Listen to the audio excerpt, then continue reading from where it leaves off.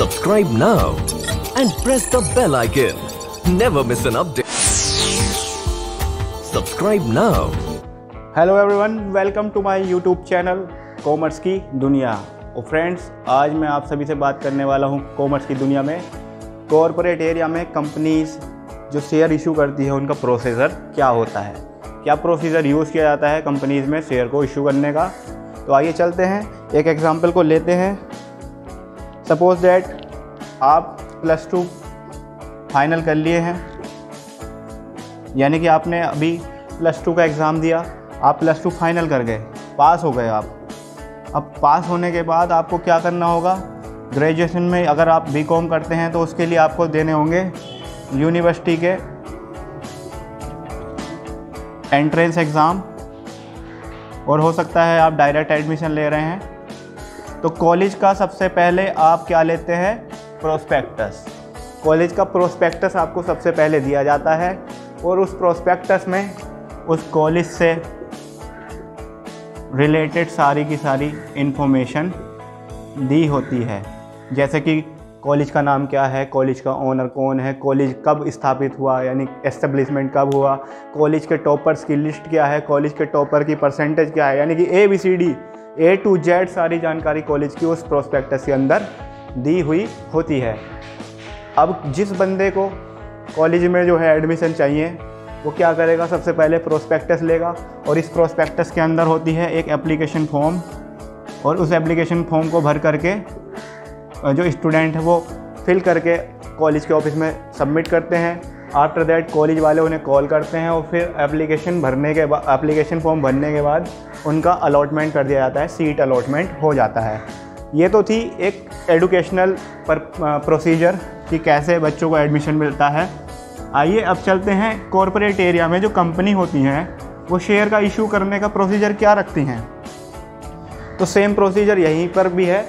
कोई भी कंपनी सबसे पहले जब अपने शेयर को इशू करेगी तो उसका प्रोस्पेक्टस जारी होता है, यानी कि उसके प्रोस्पेक्टस को लोगों तक जो है लाया जाता है, जिस प्रोस्पेक्टस के अंदर कंपनी का नेम होता है, कंपनी का ऑनर कौन है, कंपनी का बोर्ड ऑफ डायरेक्टर कौन है, CEO कौन है, कंपनी की ग्रोइंग जो लास्ट 5 या 10 ईयर्स में ग्रोइंग एक पर्सनैलिटीज़ हैं वो कौन है, कंपनी की जो लास्ट ईयर में ग्रोथ रही है वो कितनी रही है, टर्नओवर है वो कितनी रही है, कंपनी का शेयर कैपिटल कितना है, सारी की सारी A to Z जानकारी कंपनी की यहाँ होती है।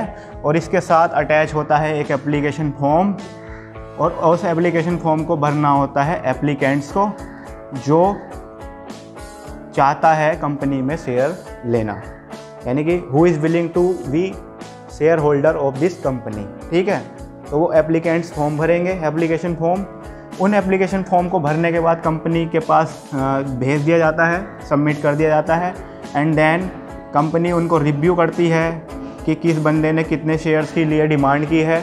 आफ्टर दैट कंपनी रिव्यू करने के बाद करती है उन लोगों को शेयर का अलॉटमेंट, यानी कि यहाँ से शेयर्स की प्रोसीजर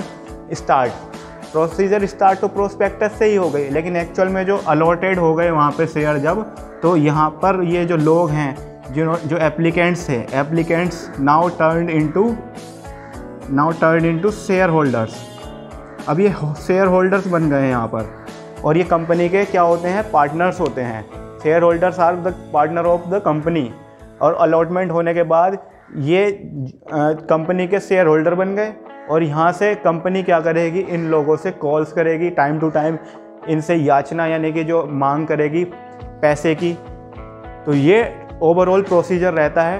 प्रोस्पेक्टस जारी होता है, प्रोस्पेक्टस में A to Z सारी जानकारी होती है कि कंपनी का नाम क्या है, कंपनी में बोर्ड ऑफ डायरेक्टर कौन है, कंपनी के कितने मेंबर्स हैं, कंपनी में कितने शेयर्स हैं, कंपनी की शेयर कैपिटल क्या है, यानी A to Z कंपनी की जानकारी, जिसको पूरा का पूरा पढ़ने के बाद एक एप्लीकेंट जो है, जो सोच रहा है कि कंपनी के मुझे शेयर ख़रीदने चाहिए, वो एप्लीकेशन फॉर्म भर कर कंपनी ऑफिस में जो है सबमिट करता है। देन उस पर कंपनी के जो ऑफिसर्स हैं, HR मैनेजर हैं और भी अन्य जो लोग हैं वो रिव्यू करते हैं। उनके रिव्यू करने के बाद उन लोगों को कंपनी क्या करती है, कॉल करके बुलाती है कि हम आपको अलॉटेड कर रहे हैं शेयर्स का, तो आप इस पर जो फ़ीस है, अलॉटमेंट की जो फ़ीस है वो आप दीजिए, और अलॉटमेंट की फ़ीस मिलने के बाद कंपनी उन लोगों को कर देती है शेयर का इशूड कर देती है, यानी कि शेयर को इशू कर देती है।